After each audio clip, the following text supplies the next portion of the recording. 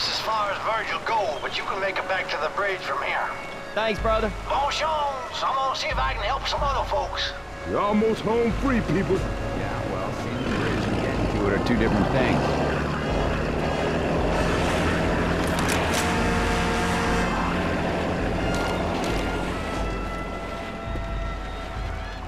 Hi, my name is Gabe Newell, and welcome to Left 4 Dead 2. We love this style of zombie-driven cooperative gameplay. Tom Leonard and the rest of the Left 4 Dead 2 team had a great time building on the design and game mechanics of the original, and we hope you have as much fun playing the game as we did making it. To listen to a commentary node, put your crosshair over the floating commentary symbol and press your use key. To stop a commentary node, put your crosshair over the rotating node and press the use key again. Some commentary nodes may take control of the game in order to show something to you. In these cases, simply press your use key again to stop the commentary. Please let me know what you think after you've had a chance to play Left 4 Dead 2. I can be reached at gaben@valvesoftware.com. I get about 10,000 emails each time we release a game. And while I can't respond to all of them, I do read all of them. Thanks and have fun.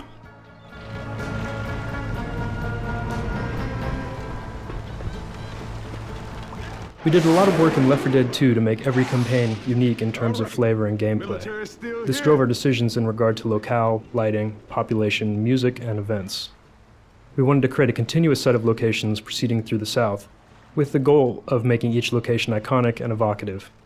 We drew up an overall world map of our version of the South, and charted out a journey through a variety of locations. While each location has its own particular common zombie types, we further differentiated each campaign by creating uncommon zombies, which are thematically tied to that location. The uncommon zombies also have specific gameplay mechanics that make them unique. In each campaign, the music blended specific elements of the location with the central recurring Left 4 Dead theme. We also designed new elements in each campaign where the director could take control in interesting ways, be it weather, unique paths, or types of crescendo events and finales.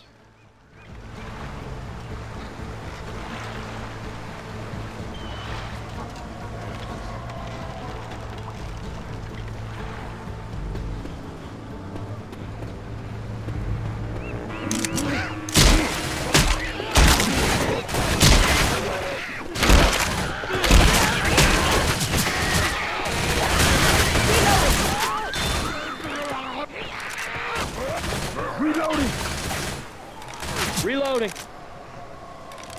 Reloading.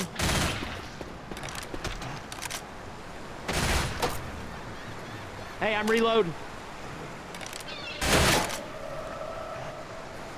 Since players spend the vast majority of their time shooting the common infected, we wanted to improve the feedback and visceral nature of this experience. In Left 4 Dead 1, we provided only the ability to shoot off limbs, with blood decals for bullet hits appearing only on the PC. Now, in Left 4 Dead 2, there are 43 unique ways to damage an infected, from gunfire through melee weapons all the way up to explosive damage. Because many of these wounds are non-fatal, players are able to wound an infected more than once, resulting in about 780 possible damage combinations. To create the appearance of a wound, we project a texture modified by an ellipsoid that culls the pixels of the wounded area from the infected, creating a cavity for the wound to fit into. To avoid memory overhead, instead of creating wound variants for each of the infected, the wounds are spawned as separate objects that work for the entire horde. Our scripting system allows us to spawn specific wounds from specific weapon hits. For example, the sniper rifle headshot explodes the head, and the axe creates a slash across the meaty areas of the body. Reloading.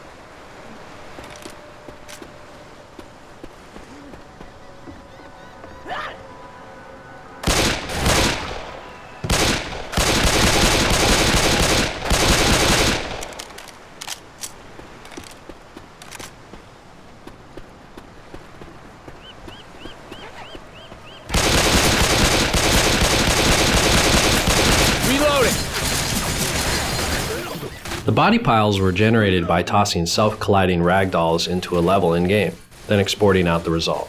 We were able to use a debugging tool to drag them into artistic piles. Content creation at its most enjoyable. Unfortunately, the process was so efficient that it took only about 2 hours.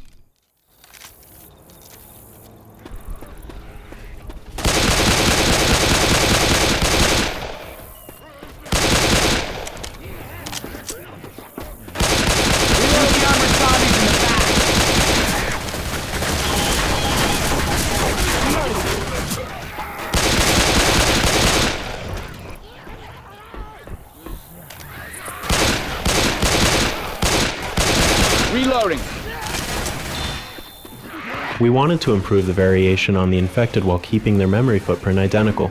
The entire horde is never comprised of more than 5 head textures and 5 body textures. We use a luminosity lookup into a gradient texture for tinting variation, allowing us to not only get a hue variation, but also a luminosity variation. For example, we can make a black or white t-shirt out of the same texture map. The gradient is broken up into zones, so that we can tint areas of clothing and skin differently. The infected texture also includes 4 distinct masks for blood and detail, such as dirt or pond scum. We randomize both the gradients and the masks each time an infected is spawned. We also randomize the body and head meshes, resulting in nearly 20,000 available variations in a typical map, up more than tenfold from the original Left 4 Dead. Reloading here! Reloading!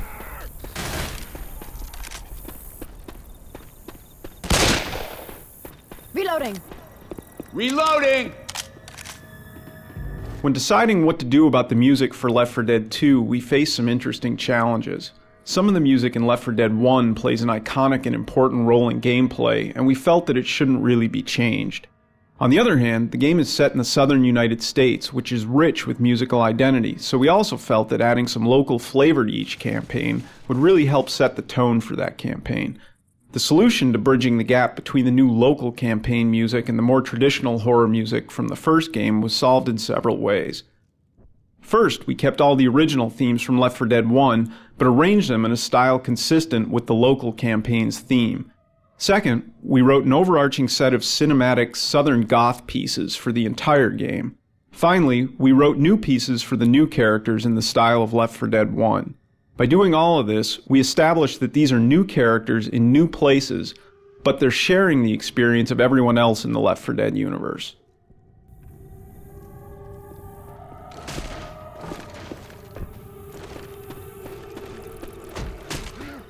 Oh, I could go for a cold right about now.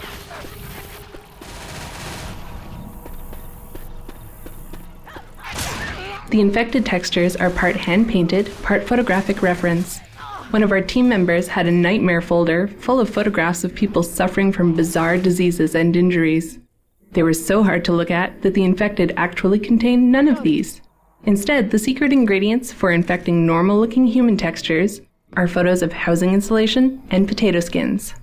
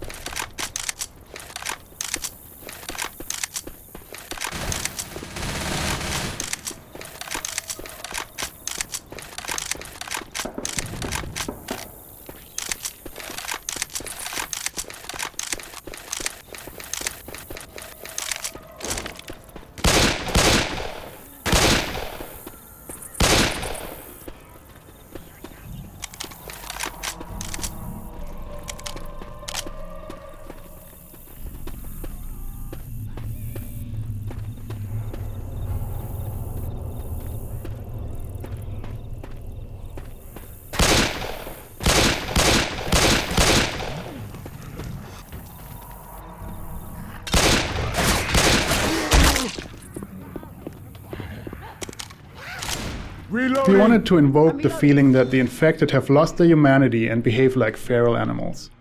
Seeing their eyes glow in the dark like those of a deer in headlights helps illustrate this.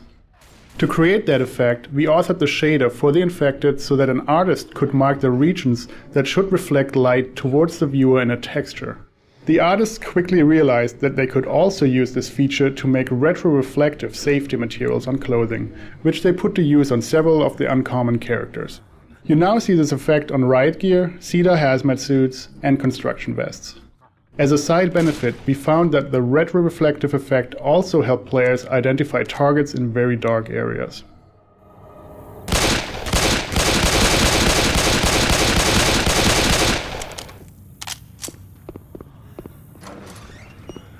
This restaurant was one of the first areas we populated with tables and chairs. In early playtests, a survivor would pop a boomer, and the resulting explosion sent tables and chairs flying everywhere. It was a great effect. We decided to furnish a few more areas like this, so that more players would be likely to experience it at some point in the campaign.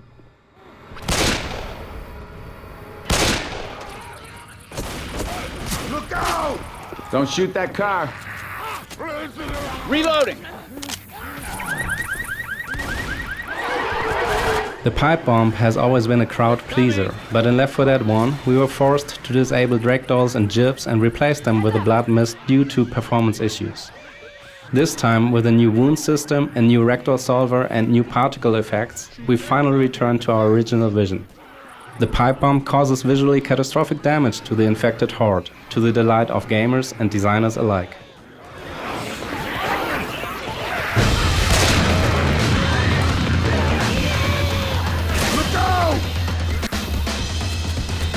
I'm starting to like you guys!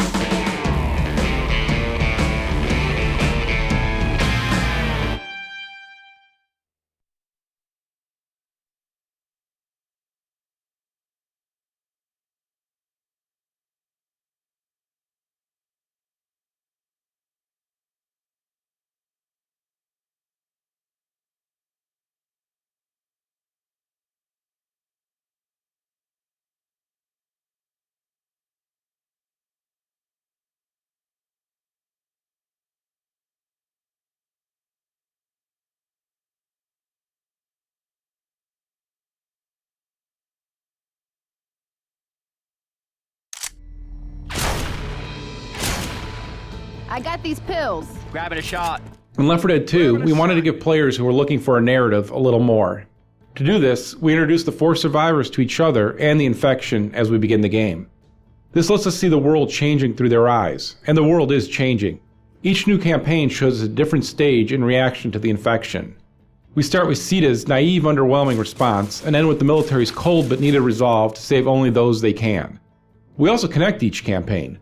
So while you know you escape Whispering Oaks and Dark Carnival, you also know that it's just one escape of many on your journey to safety in New Orleans. Time does pass between campaigns, but each campaign starts with the previous rescue vehicle. We also continue to spread hints and clues to the infection. There is more story in the dialogue this time around, but players should still search for and read graffiti and notes in the world. Observant players of Left 4 Dead will notice some tie-ins to the story as both games are set in the same world.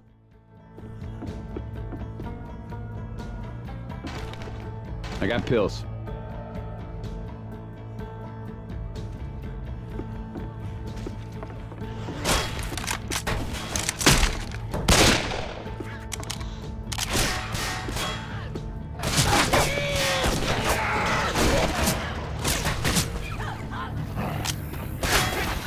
The new Special Infected were designed with a variety of goals in mind. They needed to fill in gaps left by the other specials. They needed to provide interesting combos with other Infected, and they needed to offer a new, fun set of skills for players to master, whether they were playing as or against the Infected. When we began Left 4 Dead 2, we had a list of several dozen Infected types that had been discussed over the past several years. We added a fair number of new designs to those, and eventually whittled our list down to the final 3, the Charger, the Spitter, and the Jockey. The best survivor teams stick close together and buckle down under attack, quickly fending off Infected attacks. To provide an opening for the Infected to capitalize upon, we created the Charger. His charge attack not only separates members from the group, but will bowl down tightly clumped survivors, giving a few crucial moments for the other Infected to attack. The only non-boss Infected who is immune to being bashed, his design encourages players to keep a quick trigger finger and a watchful eye on their companions, while also keeping their distance. The Spitter's area of denial attack serves a variety of purposes. While the initial pool of acid permits a few moments for escape, its damage increases as the acid begins to do its work. Lingering in or passing through the pool of acid is a dangerous proposition, and it can quickly force a group of survivors out of a tight spot, or drive a wedge between members of a group. The Jockey is the one special that retains control after he's begun his incapacitating attack. He's also the only special that allows a survivor to maintain enough control to fight back. A well-played Jockey has many ways of driving a survivor to a deadly end, either at the hands of other Infected, or through the environment itself. Just getting a survivor far enough out of the group for another special to prey upon is often the jockey's greatest strength. All of these special types provide unique opportunities for combined attacks alongside the classic hunter, smoker, and boomer. I can use these pills. Grabbing a shot. Use this now. Healing. Cover me, please. We can cut through this park. Oh, yeah. Oh, yeah. The park started out having several paths that were dynamically changed for added replayability. However, playtesters found the paths confusing. When we removed the dynamic objects that forced survivors to go in certain directions, we found that having all paths open led to a better experience. Players still spend a lot of time in the park, but they could choose to go different ways every time they played the level.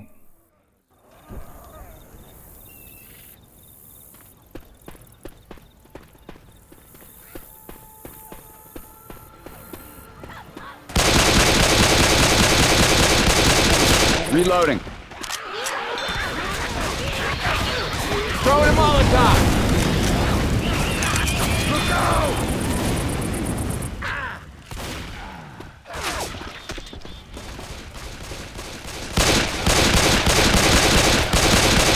Reloading.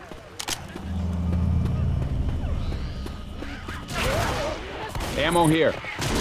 With the added variety of weapons in Left 4 Dead 2, we wanted to encourage players to scavenge weapons and switch between them frequently. We found that placing ammo piles scattered through the level fought against this goal, as players tended to find one gun they liked and then never switch, as long as they had practically endless ammo. We experimented with removing ammo piles from most of the environments, so that the only way to get more ammo was to find a new gun, and we immediately saw players switching weapon types more frequently. We also experimented with giving players deployable ammo packs, similar to the upgrade packs such as the incendiary and explosive ammo that are in the game today. Carrying an ammo pack was perceived as being less valuable than carrying a health kit though, and many players bypassed the item counting on finding another gun along the way. We found it was important, however, to continue to place ammo piles in the finale areas, to give players a home base to fight from in the longer set-piece battles. Everybody grab a weapon.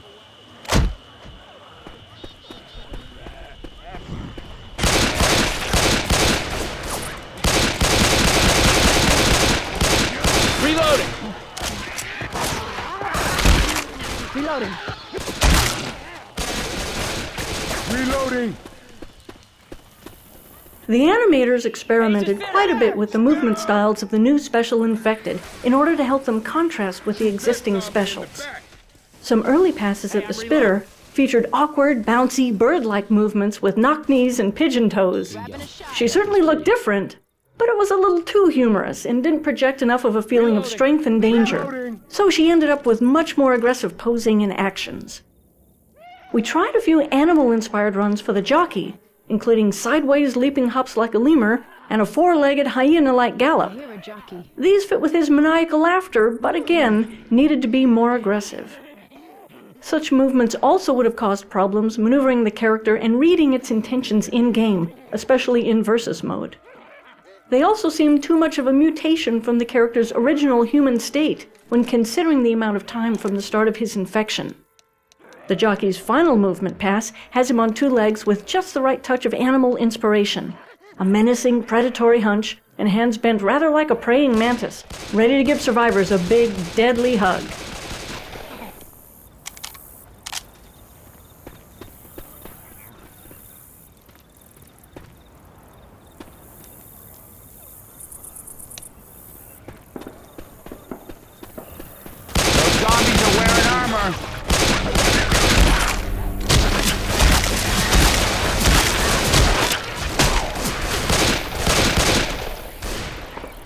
First aid here. Hey, I got first aid kit if somebody needs it.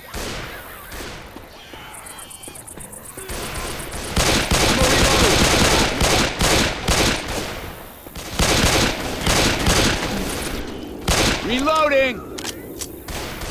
In Left 4 Dead 1, long narrow hallways usually meant relative safety for survivors.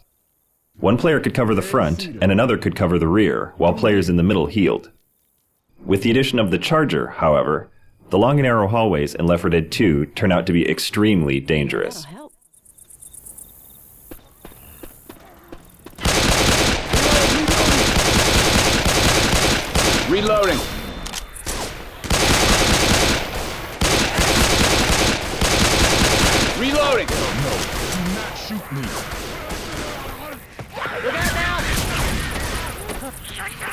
over here. The two overpasses in this area continue throughout the rest of the campaign, and eventually meet up with the bridge that the survivors must cross to escape. When we initially designed the campaign, we planned for these overpasses to guide players to their eventual goal. Reloading.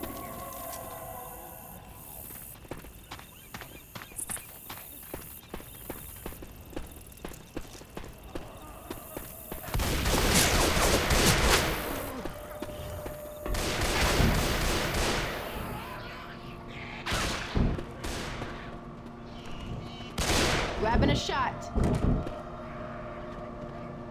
The alarm scenario at the bus station was the first Left 4 Dead 2 crescendo event to feature the Gauntlet mode, where players must navigate along a path to deactivate the zombie rush.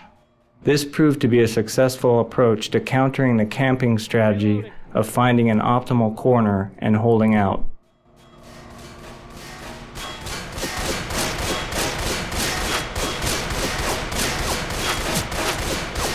Hey, I'm reloading.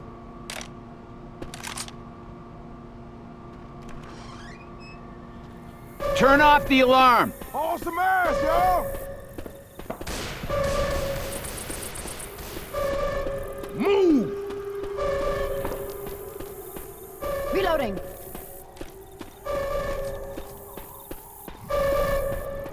Left 4 Dead 1 had a good, fictionally justifiable cast of guns, the M16 being a standard police and military weapon, for example. In Left 4 Dead 2, we had the opportunity to do something a bit less generic and use some more interesting guns, while still being aware that we had to justify their place in the game.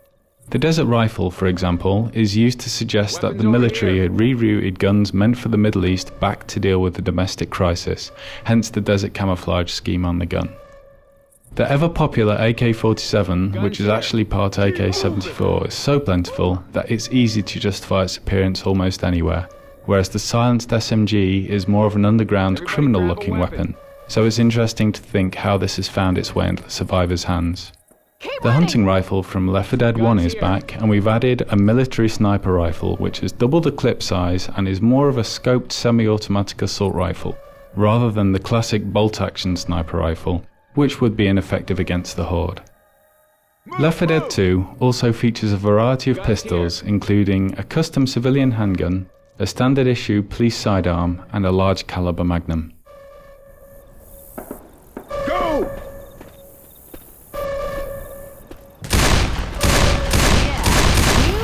Kill some zombies with me. Because Left 4 Dead 1 took place entirely during the night, it was fairly straightforward to light the path we wanted players to take. For campaigns that take place during the day, we had to find other tools to help the player along. The most valuable tools were visible landmarks, such as gas station signs, overpasses, the bridge, and smoke from wrecked aircraft. Man, don't stop running!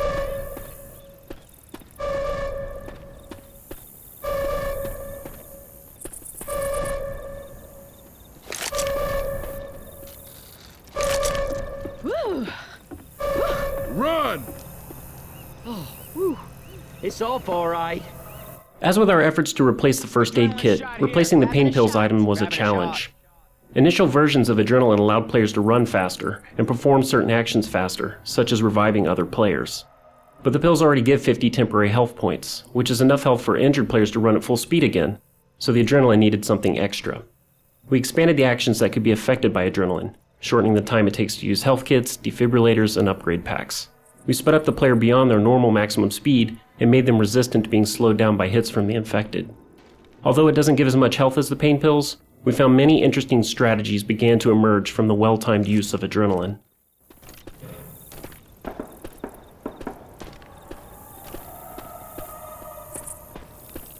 Through this bus station!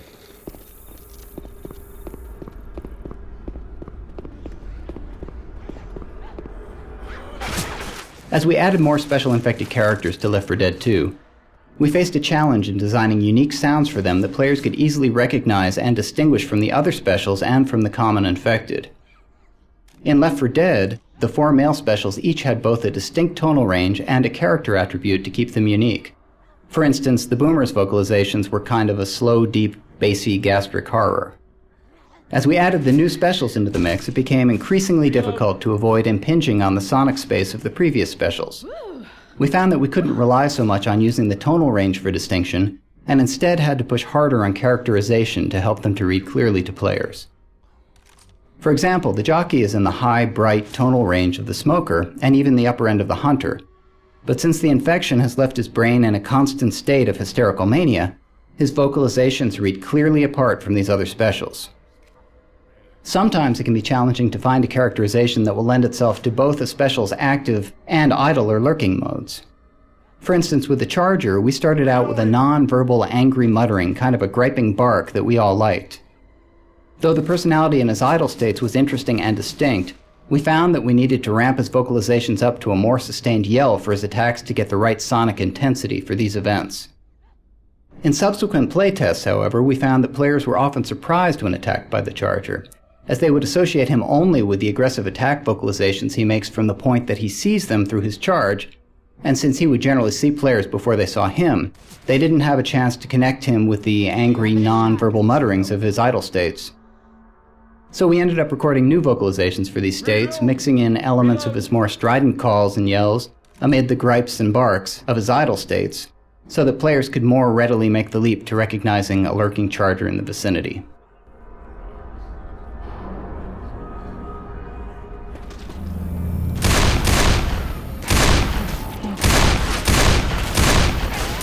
Shoot the armored zombies in the back!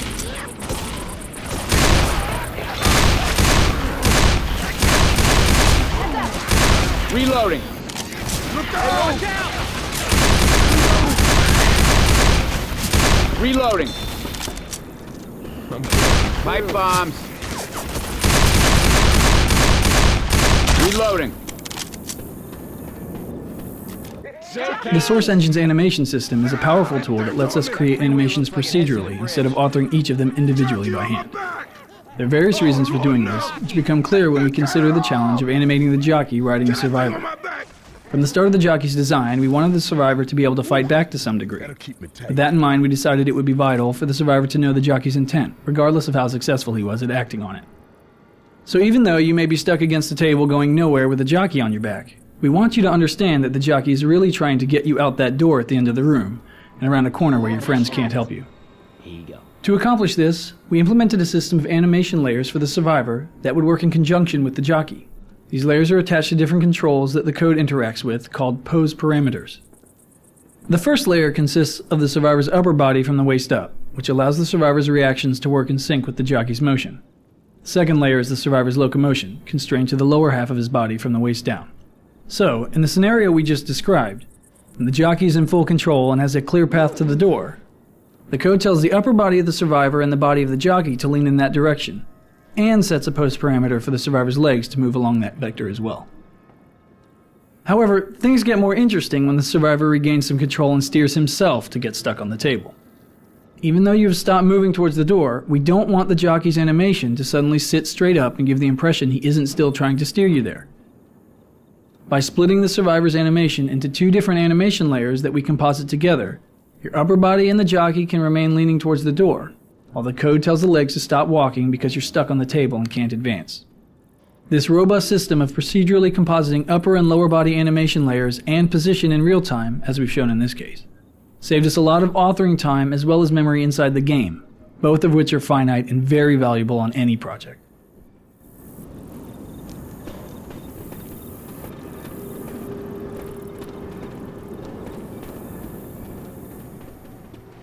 Take that, you mealy-mouthed bastards!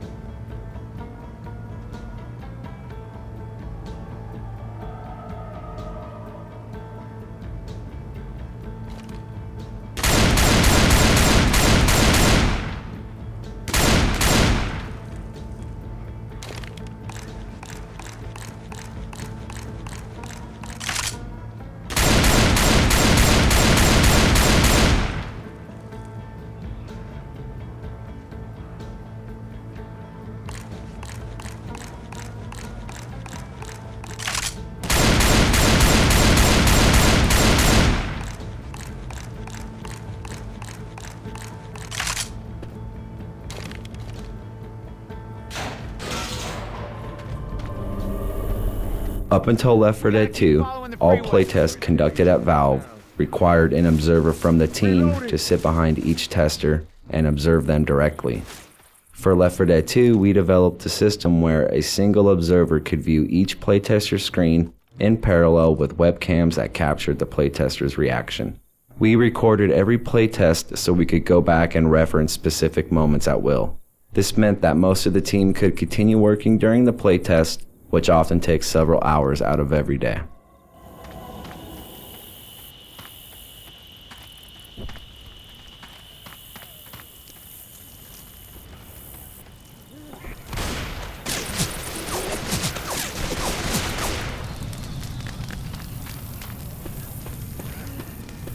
Heads up! Reloading.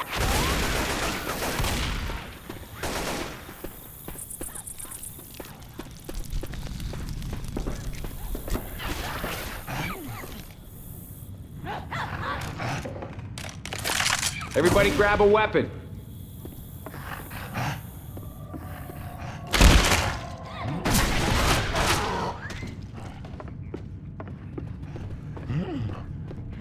I know one thing. I'm grabbing pills.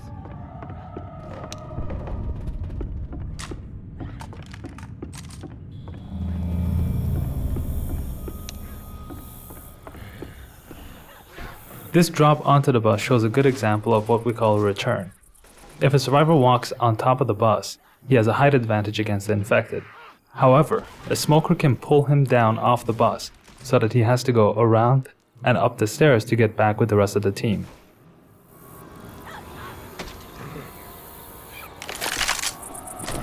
Hey, I'm reloading.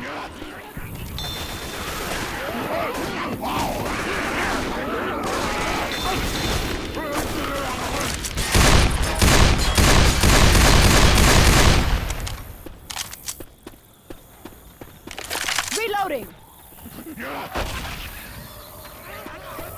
Setting fires to zombies was always a high point in Left 4 Dead, and we wanted even more ways to light zombies on fire in Left 4 Dead 2. This dream gave rise to incendiary ammo.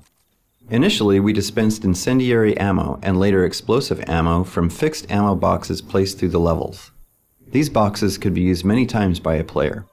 But while this was fun for playtesters, we found that they were either hesitant to progress away from the item or hoarded the special ammo until they really needed it. We tried replacing one of our previous experiments, the ammo pack, with a version that deployed a one use per player ammo upgrade box. This allowed players to carry the upgrade pack until they sensed they would need a little more firepower in an upcoming arena, and the player carrying it gets the satisfaction of providing a substantial buff to his teammates.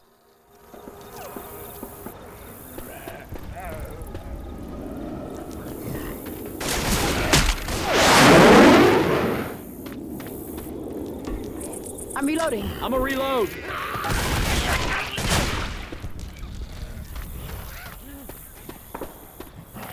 Let's try upstairs.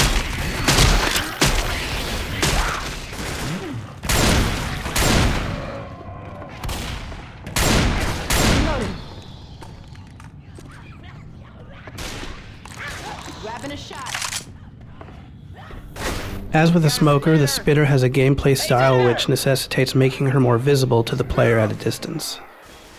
Since the spitter's strategy is to hit and run, striking at the survivors from far away, we needed distinct visual markers to differentiate her in the dark spaces during the chaos of combat. To this end, we concocted a glowing drool that would illuminate her and create a sharp contrast to the other game colors, while playing off the green death motif associated with the infection. The trail she leaves, which is visually similar to her projectile attack, allows players a brief chance to track her movements when she retreats to hide. Goddamn goo! Reloading!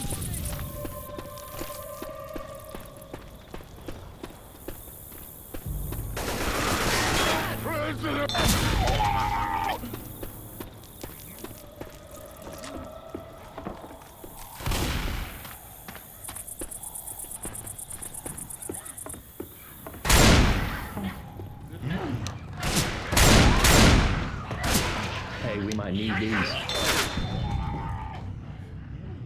Reload! Reload! Reloading!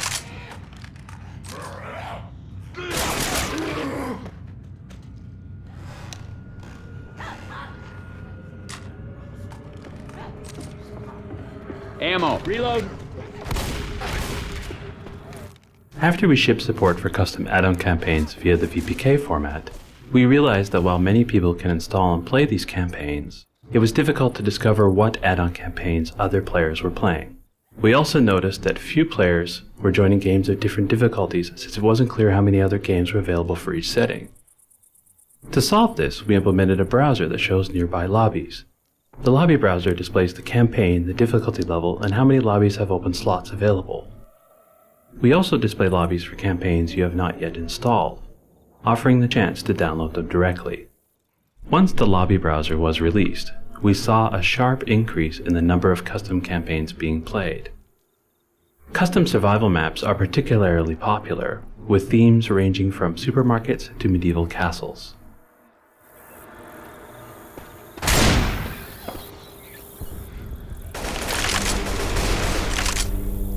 Machete here.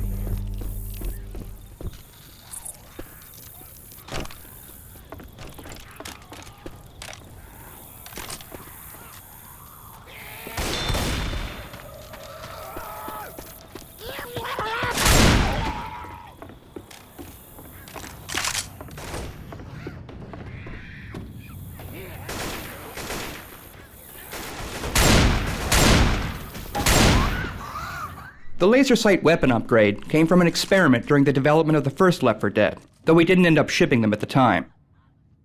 While developing Left 4 Dead 2, when we were talking about interesting items that players could scavenge out of the levels, we remembered the visual impact of those red laser beams. The original intention of the item was to increase the accuracy of the guns, but the more valuable benefit was accidental.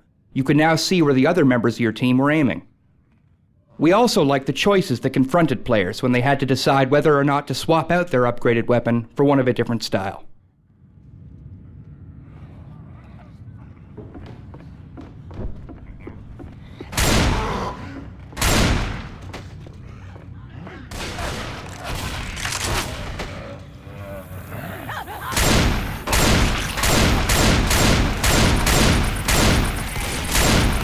Reloading. Christ, not the sewer.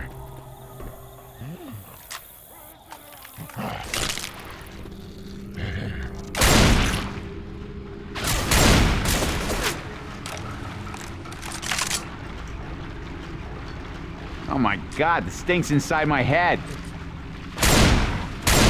Reloading.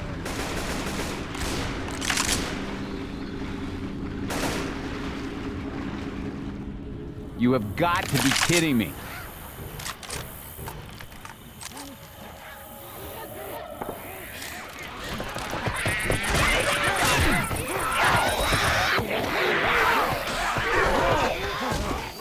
You still smell sewer? Because I still smell it.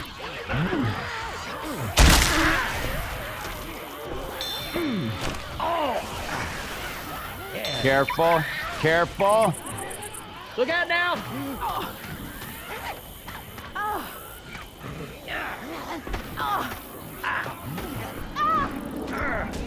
Move careful. Watch your fire, and we'll be just fine.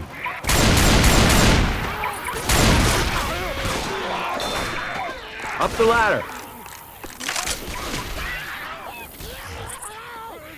I'm reloading. That's it, we're really here! We're on the bridge, we're here, we're here!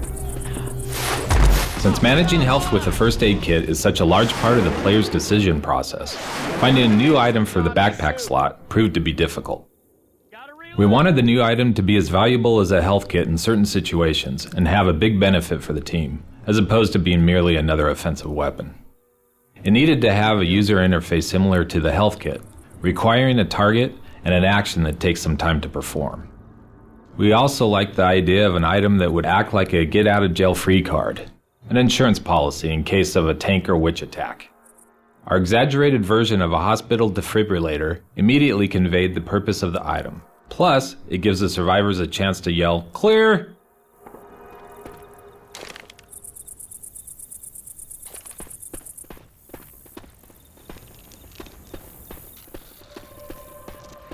They're blowing this bridge to cover a retreat.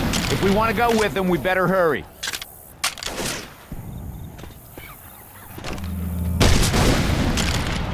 Reloading. Something that was always sad for us to watch in Left 4 Dead was that players would always choose an optimized path through a level once they played the map a couple times. That meant the hard work we put into other areas of the map would never be seen. So one thing we wanted to add in Left 4 Dead 2 was the ability for the AI director to change the path of the survivors through a level, so they had to take a different path each time. The cemetery contains one example of this new approach. There are 4 different paths that the AI director can create for the survivors. It does this by spawning in and out particular crypts and gates.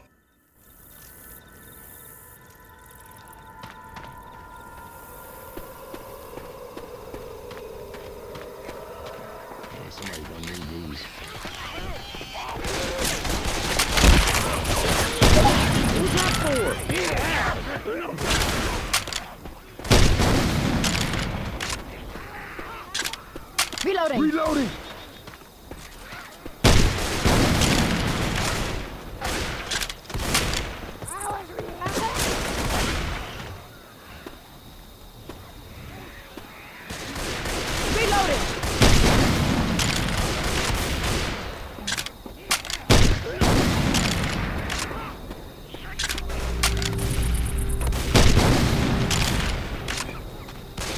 Reloading.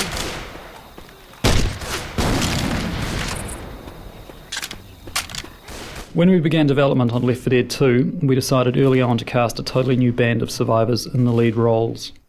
This involved extensive concept sketches, then a period of evaluating actors with the help of several talent agencies. Once the actors were cast, we brought them in for a full costume photo shoot and conducted 3D scanning of their facial features. This reference was then used by our artists to create high-detail digital sculpts, which formed the basis of our in-game characters. The goal from the beginning was to provide the player with a lineup of believable survivors, real people juxtaposed against extraordinary situations.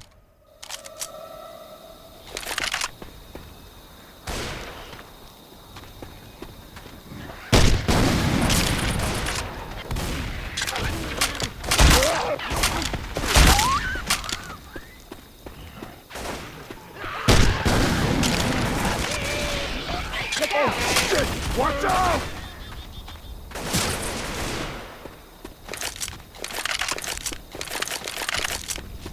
Good to go. Reloading! Reloading.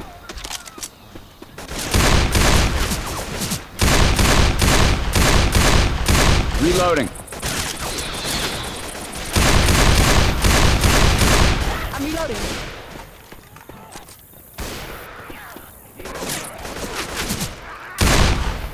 Reloading. Reloading.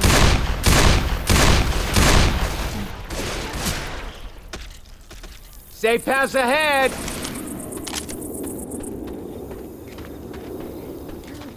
Reloading.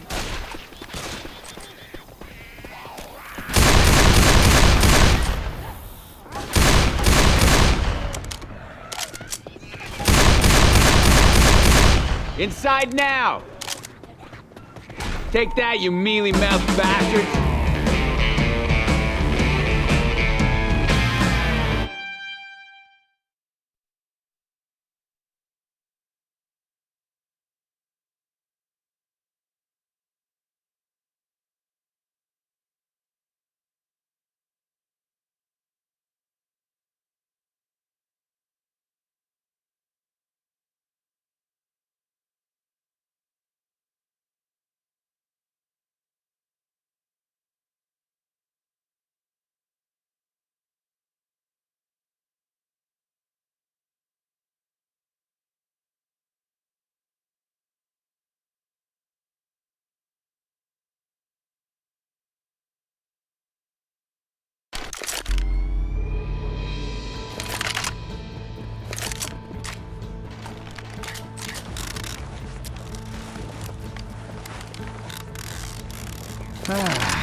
Much better now. Whoa! Something tells me they're not checking for survivors anymore.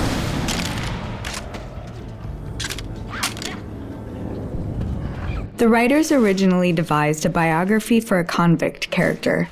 There was an idea that here in the lawless world of the infected, this escaped convict, sick of wearing prison clothes, had taken the effort to loot a very expensive white suit from an abandoned clothing store.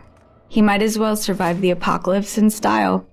This concept gradually evolved into the riverboat gambler.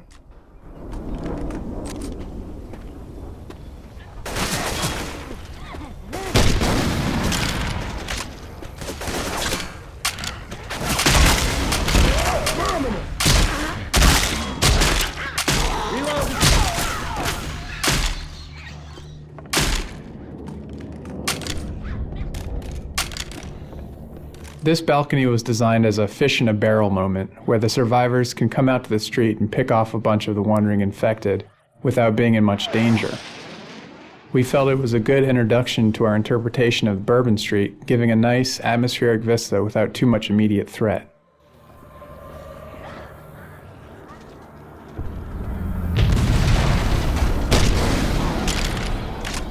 I'm a reload.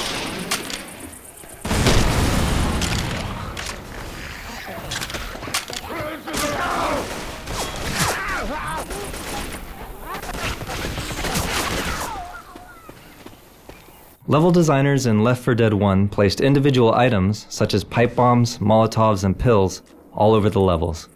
The AI director had the ability to pick which instance of each item to spawn. This meant that pills would never spawn in the same place as a pipe bomb or Molotov. In Left 4 Dead 2, we decided that we wanted more variety in item spawning, so we now simply place an entity called a weapon item spawn. The AI director not only chooses whether or not an item will spawn in a given location, it also chooses what type of item will appear.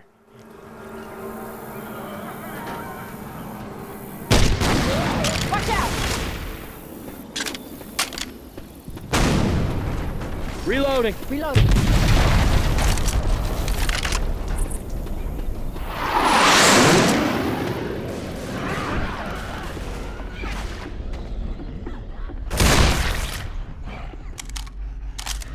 We deliberately sought to design iconic French Quarter locales that would be fun to fight in.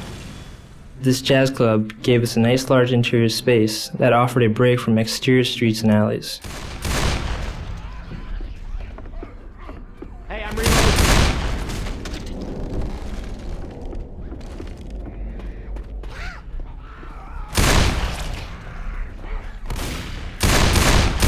Reloading! Shoot that zombie in the back!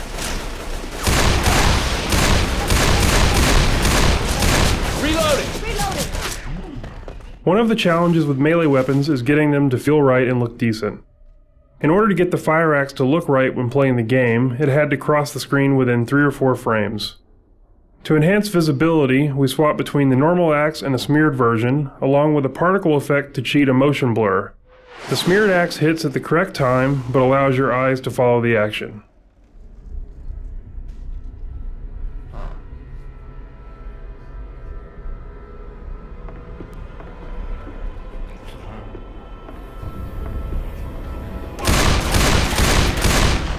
Reloading. Reloading.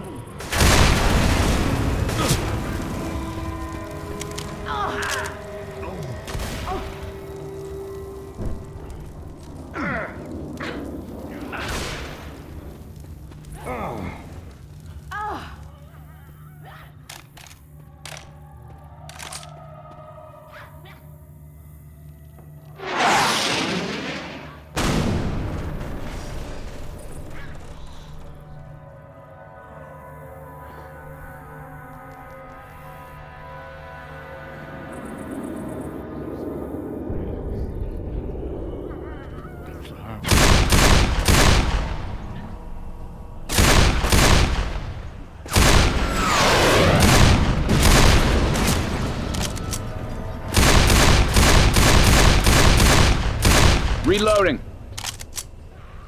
Because sound is such a crucial gameplay element in Left 4 Dead, the designers needed temporary sounds to test out ideas for the new boss infected. Sometimes we were able to pull temp sounds from unused performances in our library, but in Left 4 Dead 2, the sound designers did their own temp performances. The goal with these is to be just functional enough to test the new character's viability. As such, some of the temp voices for the characters were quite funny. While inappropriate for the actual game, some of the sounds were highly popular within the team, and it was common to hear animators up and down the halls mimicking the early Charger test calls.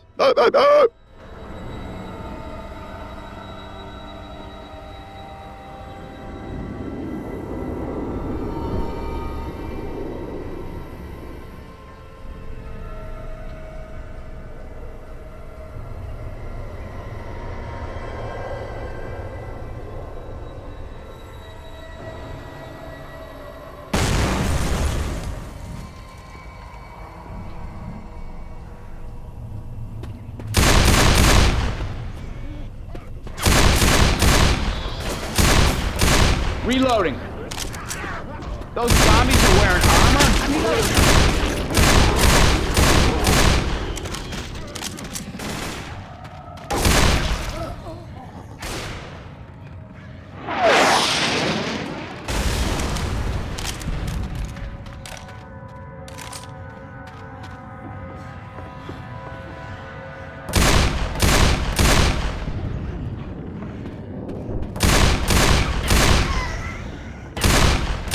Reloading!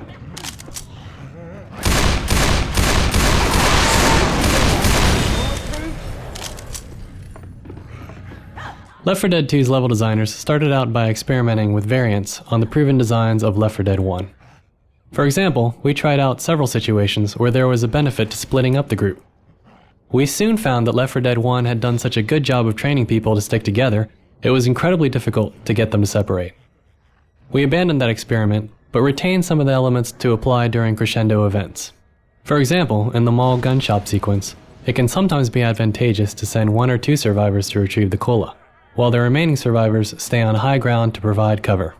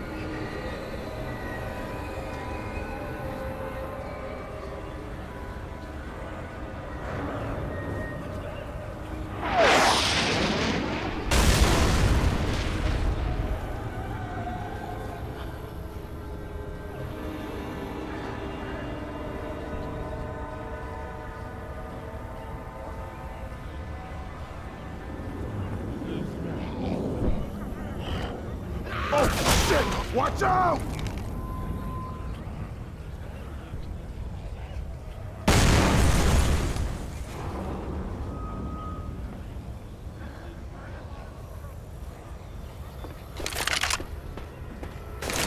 We can use that float. This is the only traditional crescendo event in the Parish campaign. In Left 4 Dead 1, every crescendo event was essentially a button press where players held out in one spot until the infected stopped coming. While we added the onslaught and optional crescendo variations, we felt that the old school Left 4 Dead style event still had some life in it. Reload.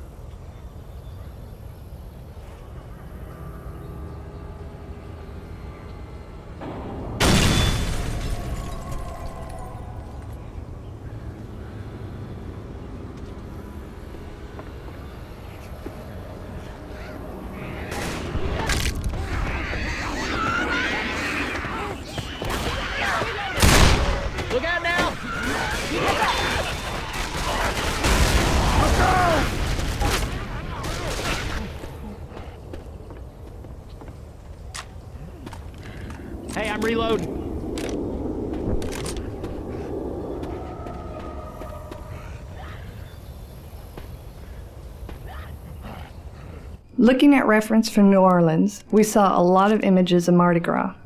We decided we couldn't have a campaign set in that region without a parade float. We designed our float to look a bit sinister. Whereas most gesture heads are typically bright and goofy, we wanted ours to be a bit darker and more scary, so we made the model appear more angular. We also chose colors that were less cheerful and more in keeping with the fall festival.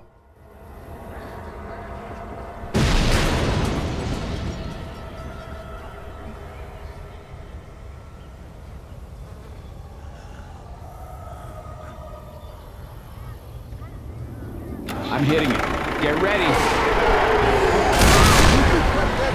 Get ready. Reloading.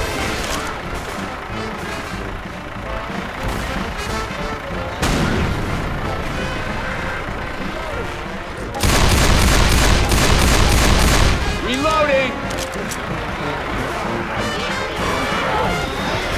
Pipe bomb. Molotov here. Throwing a Molotov. Molotov!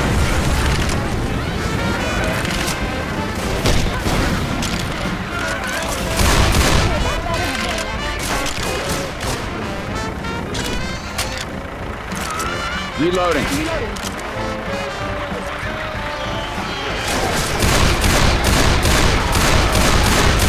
Reloading.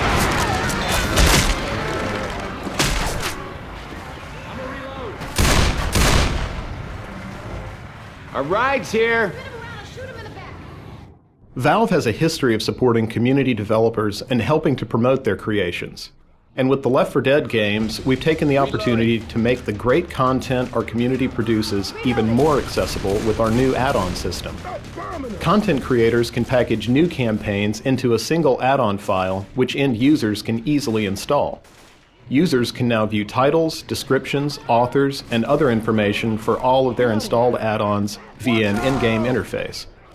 Add-ons work seamlessly with the matchmaking system so that users can quickly get into games featuring community campaigns they've already installed and can easily download new ones to try. The response to Left 4 Dead add-ons has been very positive, and we were happy to see huge, all-new campaigns being played within weeks of the system going live.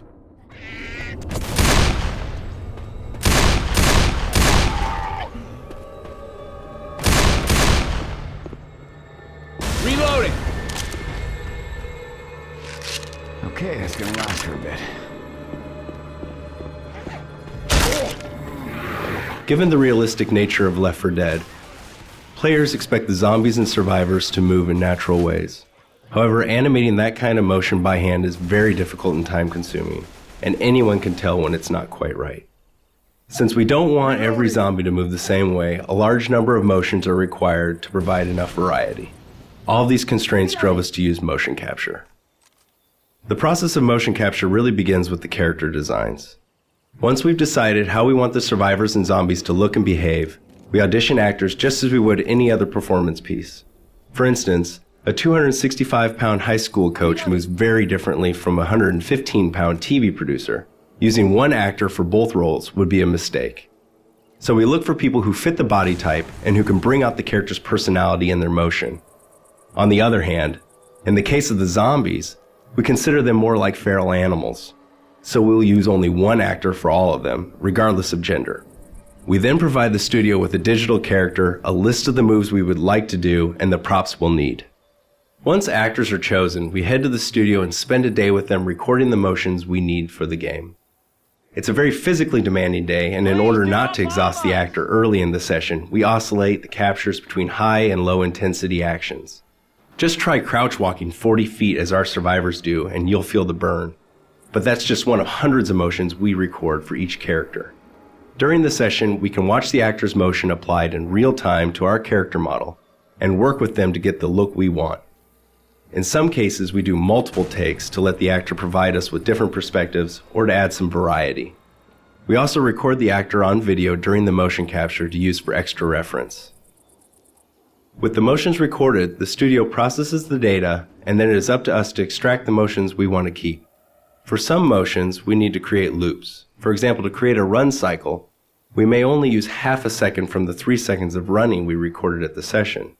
We augment these recorded motions with adjustments or additions by hand, and then compile them into the character models you see in-game. Realistic human motion is very subtle and noisy, and we can all tell subconsciously when it isn't quite right, even if we can't articulate why. Without motion capture, the characters of Left 4 Dead wouldn't be nearly as convincing or as interesting as they are.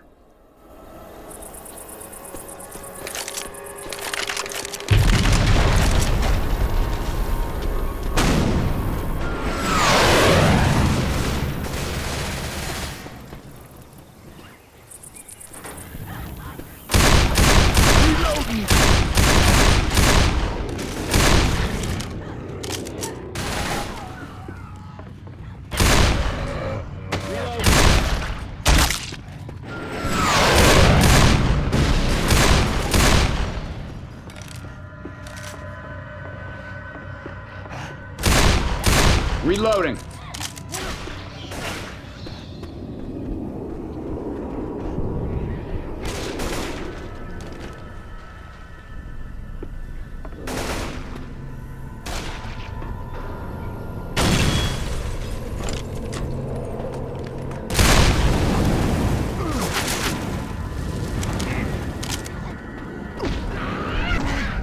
After we shipped Left 4 Dead, we heard a lot of positive responses about the infected that were unique to their locales.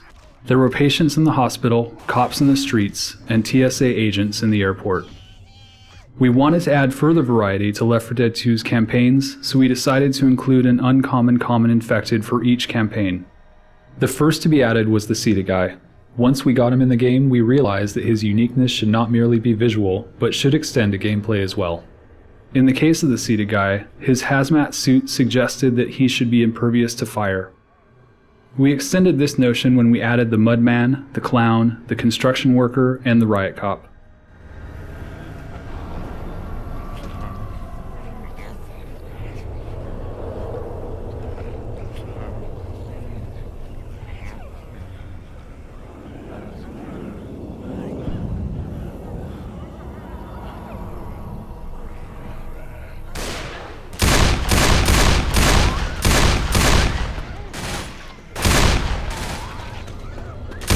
Reloading. Shoot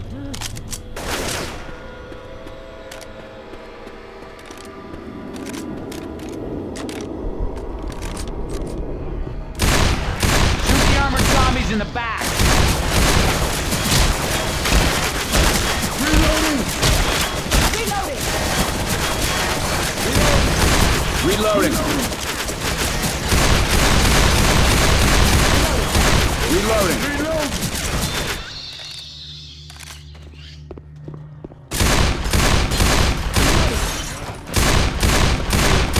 Reloading. Hey, we're gonna make it out of here. Reloading.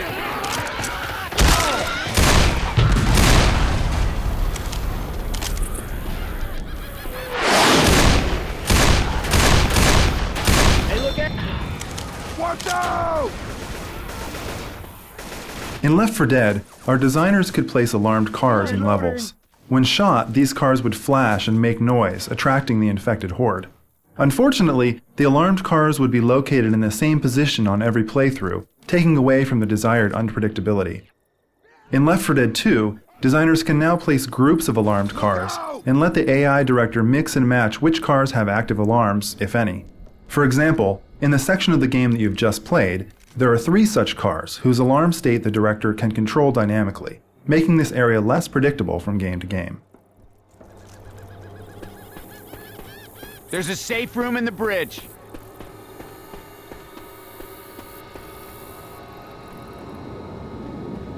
Y'all, inside now! You guys aren't so damn bad.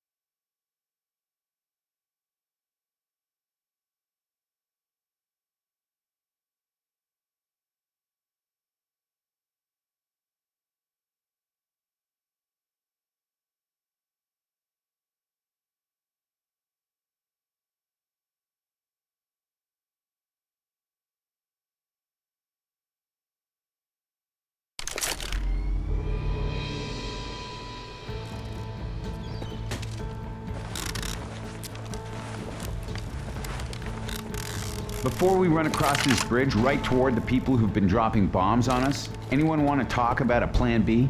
Well, you free to make yourself a new life right here in this room, Nick. Okay. All right, let's go.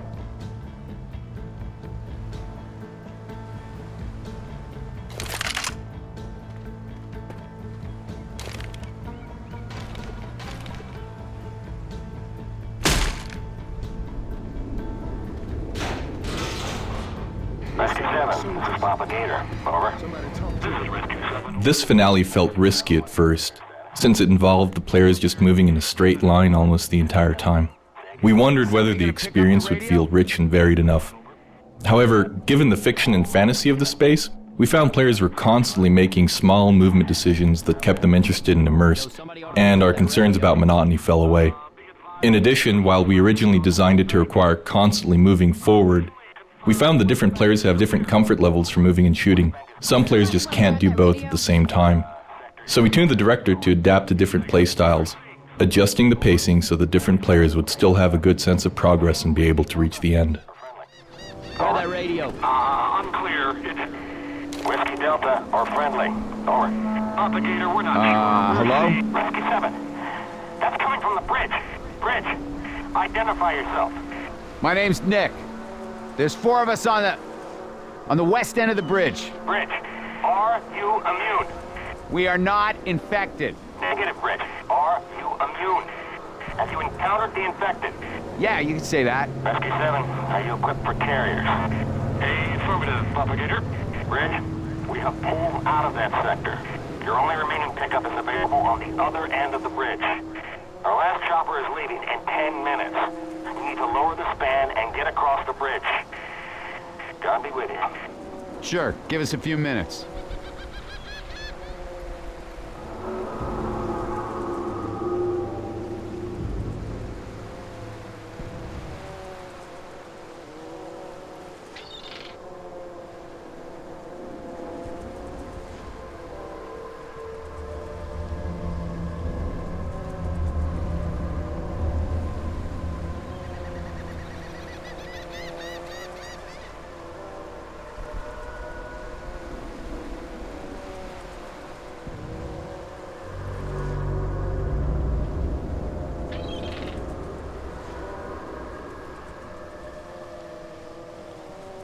You heard the man. Let's get across the goddamn bridge.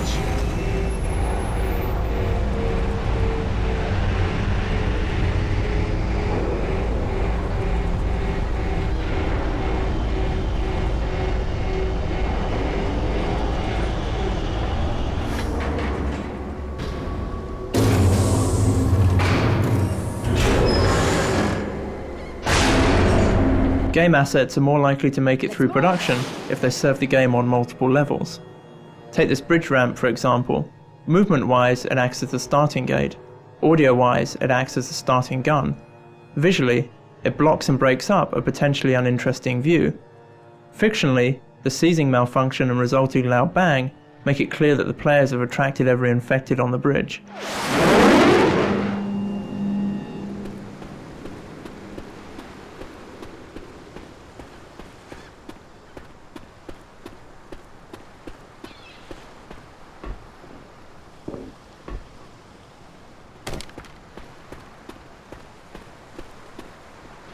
One of our most important tools for creating and evaluating environments was what we called the Left For Dictionary. This collectively developed set of terms, ideas, and gameplay grammar describes spaces via their physical properties, functions to gameplay, and their relative advantage or disadvantage to the survivor or infected sides. This provided the team with a shared language for types of gameplay spaces with examples such as capillary, close quarters, open space, funnel, king of the hill, etc. It also allowed the team to talk about and explore new permutations of spaces in a very clear way.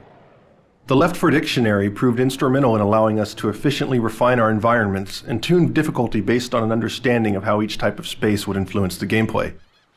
It was especially useful in this bridge map, where we start with a very uniform bridge and instead of rooms, hallways, etc., we create desirable game spaces using vehicles and damaged portions of the structure.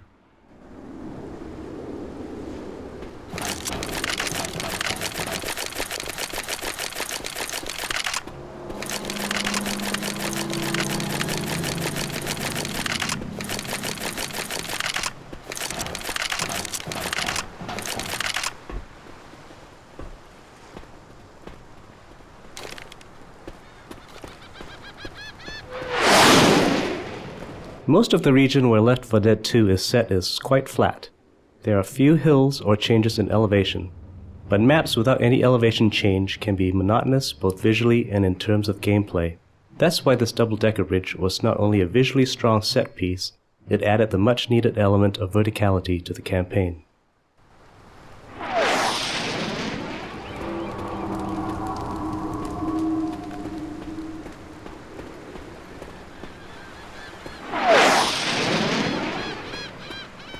Weapons over here! Stormy weather effects give the director yet another way to influence gameplay by altering the player's sensory capacity. One goal of the weather effects is to draw the team together and put them in a defensive stance, such as taking refuge within a building. In this respect, weather is much like a crescendo event, but because it's entirely under director control, it can happen at any time, any place. The storm itself is created using a combination of particle effects, fog, tone mapping, local contrast, post-processing, DSP alterations, and sound effects. While technically a storm can strike in any environment, we chose to limit it to the Milltown campaign in order to provide a fictional background for the flooding of the maps. Thus, the storm is thematically tied to a new navigational challenge and creates a unique experience for that campaign.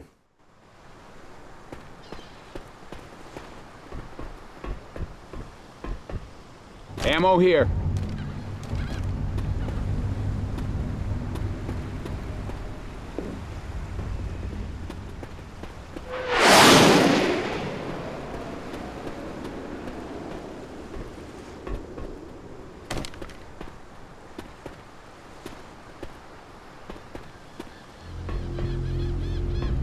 The grenade launcher came about purely out of our desire to see more explosions and more zombies killed by explosions. We found that something interesting happened when we gave one of the 4 survivors a grenade launcher. They became more vulnerable to close-up attacks, and their teammates adjusted their strategy accordingly. A pattern emerged where one player would lob grenades from afar at approaching mobs, and the other players would clear off the stragglers when they got too close.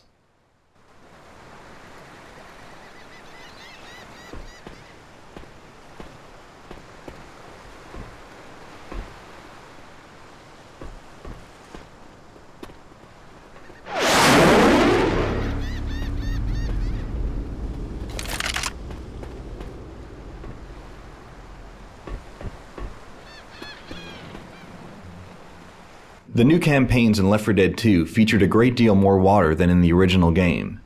Therefore, it was a priority to improve our water rendering. One of the most important new pieces of technology enabled artists to paint water flow uniquely on each water surface. This allows us to make the water look like it's flowing in any direction we desire without any constraints. This not only looks better, it aids gameplay by subtly guiding the player where they need to go. As an example, in the swamp levels, the water usually appears to flow towards the end of the level. And water is far more convincing when you can actually see it flow around obstacles like trees and rocks.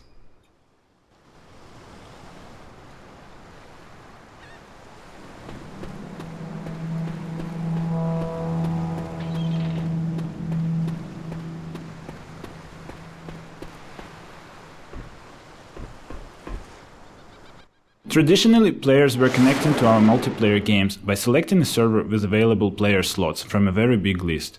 Players might select a server by an appealing server name or network latency. This worked well for 24 or 32 player games, where many players could have a great experience even without tight cooperation with their teammates.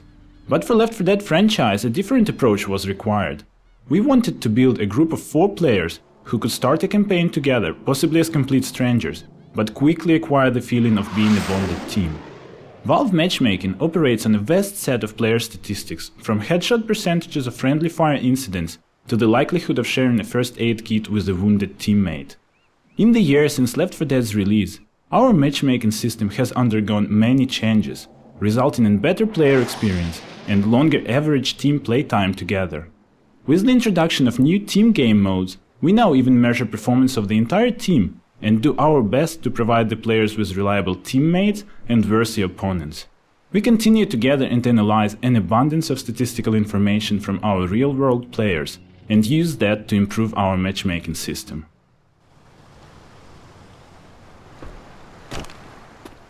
Jumper down there! Let's go!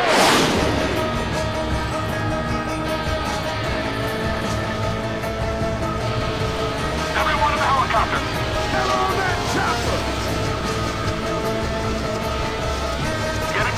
helicopter!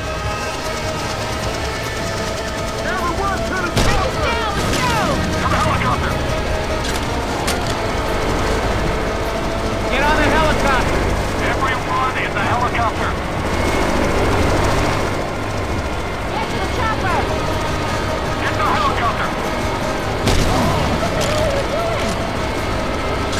It's open! To the helicopter! For Left 4 Dead 2, the Source engine received many new features and optimizations that enable it to handle denser, higher resolution environments, effects, and characters. This gave us leeway to fit additional weapons, creatures, and larger environments into the same footprint as Left 4 Dead, while increasing the quality of each element across the board. Many of our particle effects now use several new techniques which at least double their visual resolution while requiring no additional memory. This has enabled us to create complex weather effects such as the heavy thunderstorms in the Hard Rain campaign. The new zombie horde is considerably more variable than that of the first game, with higher resolution meshes and skinning. Not only do the infected look better, but using a combinatorial meshing and shading system, there's over tenfold the number of variations possible in Left 4 Dead 2 while consuming no new memory. The environments also feature considerably more polygonal density than the first game. Many elements that would have been painted into a texture are now fully modeled in the environment. Foliage looks cleaner, while also responding naturally to weather conditions. Additionally, water has gotten a major visual upgrade over Left 4 Dead 1, with far superior lighting, reflections, and flow mapping. All these pieces come together to improve the visuals of the game while keeping it smooth to play.